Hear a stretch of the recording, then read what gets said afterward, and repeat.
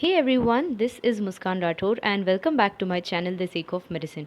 आज अपने heart pathology में फर्स्ट हार्ट फेलियर की बात करने वाले हैं। और ये वीडियो जो है वो दो पार्ट्स में आने वाला है, बिकॉज़ अगर एक ही पार्ट में करूँगी तो वीडियो काफ़ी लंबा हो जाएगा, फिर कोई देखेगा नहीं, क्योंकि वीडियो का ड्यूरेशन देख के लोग ज़्यादा आते हैं। ठीक है, सो हम इसको दो पार्ट्स में करेंगे। पहले में हम राइट हार्ट फेलियर तक कवर करेंगे, देन उसके बाद हम कॉम्पेंसेटरी मैकेनिज्म नेक्स्ट पार्ट में कवर करेंगे। Okay, so let's get started. तो अब हम हार्ट फेलियर के डेफिनेशन की बात करते हैं। सो इसका सिंपल शब्दों में मीनिंग ऐसा होता है कि जैसे अपना हार्ट है, if there is some kind of impairment, तो उससे क्या होगा, circulation will not be adequate. अब सर्कुलेशन सही से नहीं जाएगा तो बॉडी के जो टिश्यूज़ की मेटाबॉलिक नीड्स हैं वो पूरी नहीं हो पाएगी, and that is called as the heart failure. ठीक है, सो हार्ट फेलियर का मतलब क्या होता है, हमारा हार्ट जो है कार्डियक फंक्शन इम्पेयर हो जाता है।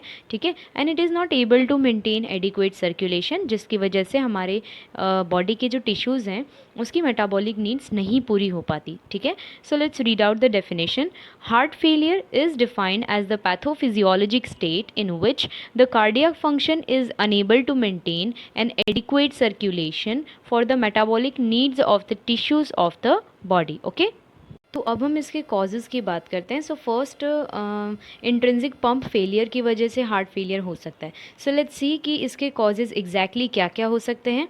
तो फर्स्ट इज़ IHD। IHD मतलब इस्चीमिक हार्ट डिसीज़, मतलब कि खुद की हार्ट की मसल्स को सही से ऑक्सीजन नहीं मिल रहा, ब्लड सप्लाई नहीं मिल रहा, तो that causes ischemic heart disease.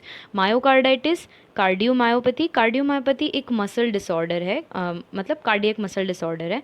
Then we have metabolic disorders and disorders of rhythm. In all these cases, the heart failure is possible. Okay. तो ईटियोलॉजी में हमने पहले इंट्रिंसिक पम्प फेलियर की बात की। Now we will talk about the increased workload on the heart. तो heart पर workload जो है दो तरीके से बढ़ सकता है। एक तो है कि वॉल्यूम ओवरलोड हो जाए, दूसरा है प्रेशर ओवरलोड हो जाए। तो प्रेशर ओवरलोड होना इज़ वेरी सिंपल कि अगर किसी पर्सन को हाइपरटेंशन है, मे बी सिस्टेमिक और पल्मोनरी, कोई वैल्वुलर डिसीज़ है, सपोज कोई वाल्व का स्टेनोसिस हो गया है, तो ब्लड तो आगे फोर्स से ही पास होगा ना, so that will cause pressure overload. Okay, and कोई क्रॉनिक लंग डिसीज़ है उसकी वजह से भी प्रेशर ओवरलोड हो सकता है।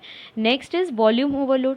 तो वॉल्यूम ओवरलोड की वजह से हार्ट फेलियर कब होता है, जब वेंट्रिकल्स को ना नॉर्मली वो जितना ब्लड इजेक्ट करता है उससे ज़्यादा इजेक्ट करने की ज़रूरत हो, तब हमें वॉल्यूम ओवरलोड हुआ ये कह सकते हैं। ठीक है, so it occurs in valvular insufficiency. Valves are insufficient, they are not able to push the blood properly out, लेकिन उससे ज़्यादा अमाउंट का ही ना उसको बाहर पुश करना है। ठीक है, so it is volume overload. Okay, severe anaemia, thyrotoxicosis, arteriovenous shunt, hypoxia due to lung disease. These all can cause heart failure. Now we will talk about the third etiology, that is the impaired filling of the cardiac chambers. अब cardiac chamber जो है वो सही से fill up नहीं हो पा रहे, तो उसकी वजह से भी heart failure हो सकता है। So first is cardiac tamponade, मतलब कि हार्ट के आजू बाजू कोई भी फ्लूइड का बिल्डअप हो जाना, पेरिकार्डियम में फ्लूइड का बिल्डअप हो जाना, मे बी इट ब्लड, हीमोपेरिकार्डियम, और हाइड्रोपेरिकार्डियम मतलब वाटर का सिंपल बिल्डअप होना। तो उसकी वजह से हार्ट जो है ना वो कॉन्ट्रैक्ट तो हो जाएगा, but it is not able to relax properly. ठीक है, सो कार्डियक चैम्बर्स जो हैं वो अच्छे से फिलअप नहीं हो पाएंगे, that causes heart failure. Next is constrictive pericarditis. Pericarditis मतलब inflammation of the pericardium. Constrictive मतलब कि वो कॉन्स्ट्रिक्ट कर रहा हो हार्ट कैविटी को, that is called as the constrictive pericarditis. Okay, तो now we have talked about etiology completely. तो अब हम बात करेंगे टाइप्स ऑफ हार्ट फेलियर की। सी, कहने के लिए तो इसको अलग अलग हेडिंग्स के अंदर पढ़ा जाता है। Acute heart failure, chronic heart failure, right and left heart failure, backward heart failure, forward heart failure. But जब हम पूरा रीड कर लेंगे ना तब you will get to know कि हमने बैकवर्ड और फॉरवर्ड तो पहले ही पढ़ लिया है, उसको बस एक सेपरेट हेडिंग दे दिया। ठीक है, सो चलो आगे बढ़ते हैं। So now we will talk specifically about the acute heart failure. So what happens here is it occurs in the जब कभी larger myocardial infarction मतलब heart attack हो उसके बाद ये चीज़ हो सकती है। valve rupture होने की वजह से acute heart failure हो सकता है। cardiac tamponade, massive pulmonary embolism, acute viral myocarditis, acute bacterial toxemia, इन सारे reasons की वजह से हमें acute heart failure हो सकता है। ठीक है, what happens here is word को mark करना, there is sudden decrease in the cardiac output. Cardiac output जो है ना इट सडनली ड्रॉप्स, तो उसकी वजह से क्या होगा, ऑब्वियसली हाइपोटेंशन होना ही है, बिकॉज कार्डियक आउटपुट डिक्रीज हुआ है तो हाइपोटेंशन होगा। बट यहाँ पर इडीमा नहीं होता है। इडीमा की जगह पे the person will be in cardiogenic shock and उसको सेरेब्रल हाइपोक्सिया होगा, ठीक है। So this was about the acute heart failure. Now we will talk about chronic heart failure.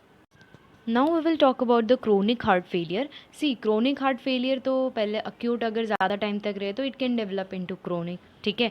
दूसरा, it can occur because of myocardial ischaemia from atherosclerotic coronary artery. अब इसका पूरा meaning क्या हुआ? मायोकार्डियल इस्चीमिया मतलब जब हमारी जो कार्डियक मसल्स हैं उसको ऑक्सीजन सप्लाई नहीं सही से मिल रहा हो तो इट कॉजेज़ मायोकार्डियल इस्चीमिया। अब भाई वो किस रीज़न से है मायोकार्डियल इस्चीमिया? तो हमारा जो कार्डियक मसल है उसको ब्लड सप्लाई कौन देता है? तो कोरोनरी आर्टरीज। तो if there is an atherosclerotic coronary artery present तो वो सही से मसल्स के पास, हमारी कार्डियक मसल्स के पास ब्लड सप्लाई नहीं जाने देगा। So it causes myocardial ischaemia and then that will lead to the chronic heart failure. Okay, then if we have multiple valvular heart disease तो भी क्रोनिक हार्ट फेलियर हो सकता है। Systemic arterial hypertension हो तो भी क्रोनिक हार्ट फेलियर हो सकता है। देन क्रॉनिक लंग डिसीज़ तो है ही क्रॉनिक हार्ट फेलियर का एक रीज़न, ठीक है। अब यहाँ पे क्या होता है, जैसे कि टेकीकार्डिया है, कार्डियक डायलिटेशन है या कार्डियक हाइपरट्रोफी है, these are the compensatory mechanism. They try to maintain, they try to adjust कि हमारा जो कार्डियक आउटपुट आगे पीछे हुआ है उसको हम सही कर दें, ठीक है। सो कौन कौन से क्या कॉम्पेंसेटरी मैकेनिज्म्स है? Tachycardia, cardiac dilatation, cardiac hypertrophy, ठीक है। Okay, see this is a very very beautiful chart for the congestive heart failure का पैथोलॉजी या पैथोफिजियोलॉजी। तो यहाँ पर ये जो बॉक्स में लिखा है ना, right heart failure, left heart failure, तो ये उसके कॉजेज़ हैं कि राइट हार्ट फेलियर किन कॉजेज़ की वजह से हो सकता है और लेफ्ट हार्ट फेलियर किन कॉजेज़ की वजह से हो सकता है, ठीक है। तो सी, अगर खुद दिमाग लगाओ कि अगर लेफ़्ट हार्ट फेल हो जाए तो क्या कंसिक्वेंसेस हो सकते हैं। पहला तो ये कि भाई हमारा कार्डियक आउटपुट जो है वो डिक्रीज़ हो जाए, ठीक है। अब दूसरा ये कि लेफ़्ट हार्ट फेल हो गया मतलब कार्डियक आउटपुट डिक्रीज़ हुआ, मतलब क्या कि ब्लड जो है सारा एडिक्वेटली या फिर अच्छे से बाहर एओर्टा की तरफ नहीं जा रहा है। सो ऑब्वियसली लेफ्ट वेंट्रिकल में ब्लड बचेगा, that is called as the residual blood. Okay, so पहला साइड हम देखते हैं जिसको हम बैकवर्ड फेलियर भी बोलते हैं। अब ये समझ जाओगे इसको हम बैकवर्ड क्यों बोलते हैं, ठीक है। बस थोड़ा सा इसका लोकेशन ध्यान देना। ओके, तो पहले क्या होता है कि लेफ़्ट हार्ट फेल है, ठीक है, तो उससे क्या होगा, द लेफ़्ट वेंट्रिकल में, हमारा जो लेफ़्ट वेंट्रिकल है उसमें रेसिडुअल ब्लड बढ़ने लगेगा। अब वो बढ़ेगा तो मतलब लेफ़्ट वेंट्रिकल में प्रेशर इंक्रीज़ हो रहा है, so that will increase the pressure on the left atrium also, वहाँ पर वॉल्यूम भी इंक्रीज़ होगा। अब उसके बाद लेफ़्ट एट्रियम में से प्रेशर कहाँ रेडिएट होगा? लेफ्ट वेंट्रिकल से लेफ्ट एट्रियम आया, लेफ्ट एट्रियम से कहाँ जाएगा? पल्मोनरी वीन्स में। क्यों पल्मोनरी वीन्स में? क्योंकि लेफ्ट एट्रियम में ऑक्सीजनेटेड ब्लड कौन लेके आता है लंग्स में से? तो पल्मोनरी वीन्स, ठीक है।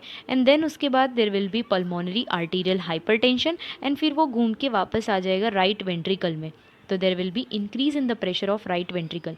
ये चीज़ समझ में आ रही है कि नहीं?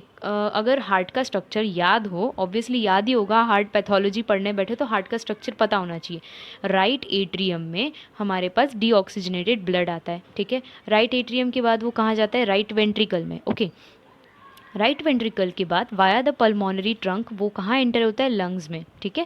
पल्मोनरी आर्टरीज के थ्रू वो लंग्स में एंटर होता है, ठीक है। अब लंग्स में एंटर होने के बाद उसका ऑक्सीजनेशन हो जाए, ब्लड प्योरीफाई हो जाए, उसके बाद वो पल्मोनरी वीन्स के थ्रू कहाँ पर आ जाता है? लेफ्ट एट्रियम में। लेफ्ट एट्रियम के बाद लेफ्ट वेंट्रिकल में एंड देन वहाँ से वो एओर्टा के थ्रू बाहर पूरे बॉडी में। तो अब समझ में आया कि इसको बैकवर्ड क्यों बोला? Because it started right from the left ventricle and पूरा उल्टा घूम के वो कहाँ पे आया? राइट वेंट्रिकल में, ठीक है। That is why it is called as the backward heart failure. Okay, and it results into systemic venous congestion and peripheral oedema, ठीक है। तो ये हमने उसके पहले कंसिक्वेंस की बात की कि रेसिडुअल वॉल्यूम जो है ब्लड का ज़्यादा हो तो क्या होगा।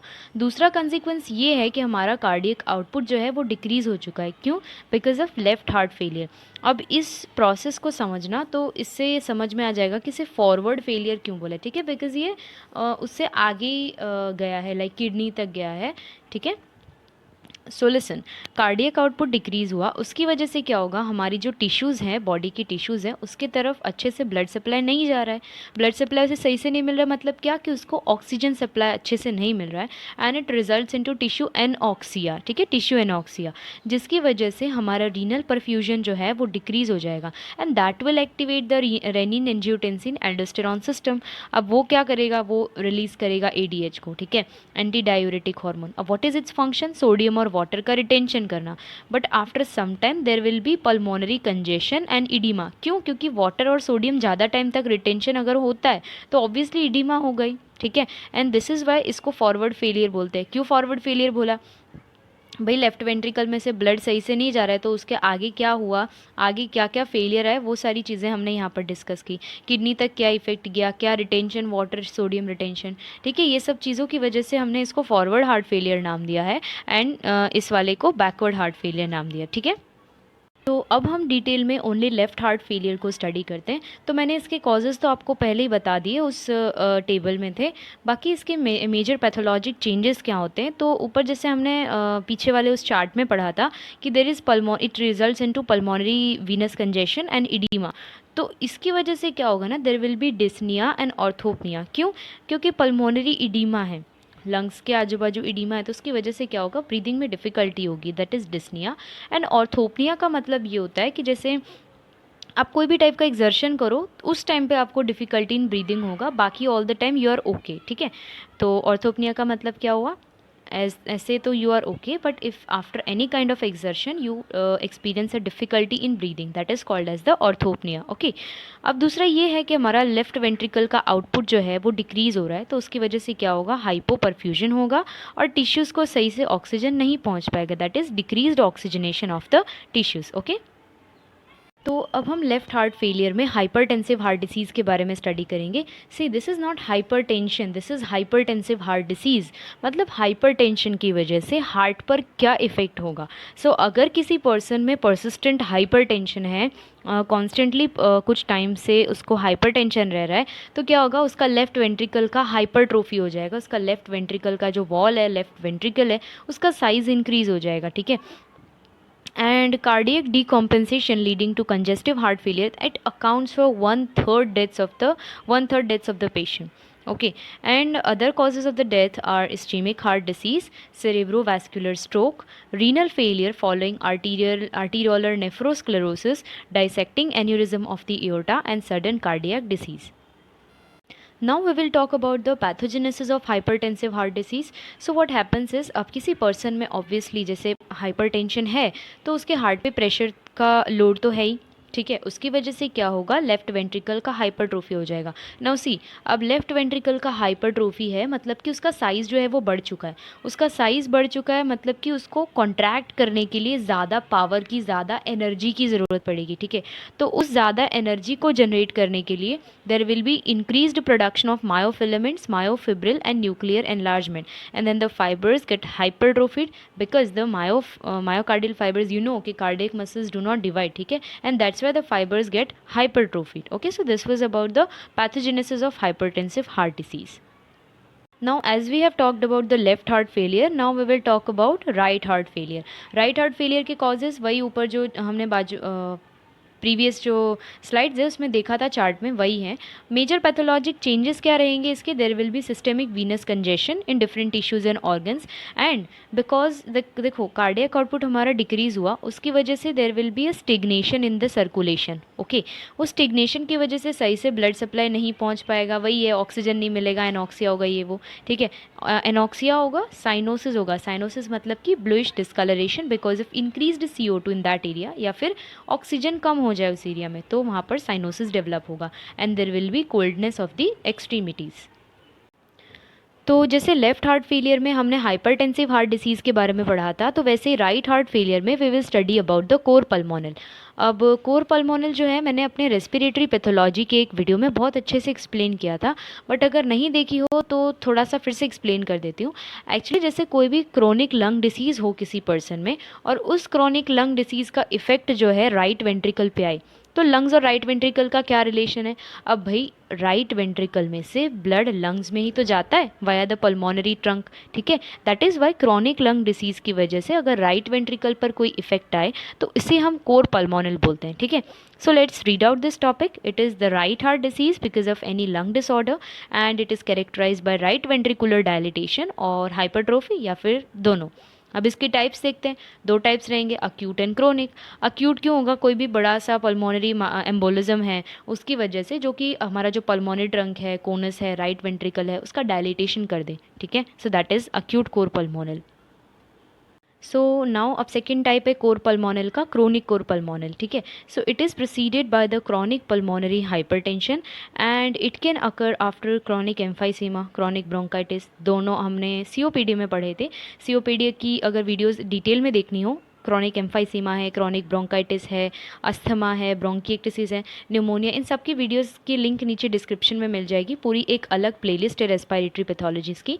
सो coming back to topic, chronic emphysema, chronic bronchitis, these are the COPDs जिसके मेन कॉज स्मोकिंग होता है। तो स्मोकिंग करने वालों, स्मोकिंग बंद कर दो, अच्छी बात नहीं है ज़रा भी। तो फिर ये कोर पल्मोनल के पेशेंट बन जाओगे, या क्रॉनिक ब्रोंकाइटिस हो जाएगा, एम्फाइसीमा हो जाएगा। अब भाई कुछ भी हो सकता है, कैंसर भी हो सकता है, तो फिर स्मोकिंग नहीं करनी चाहिए, ठीक है।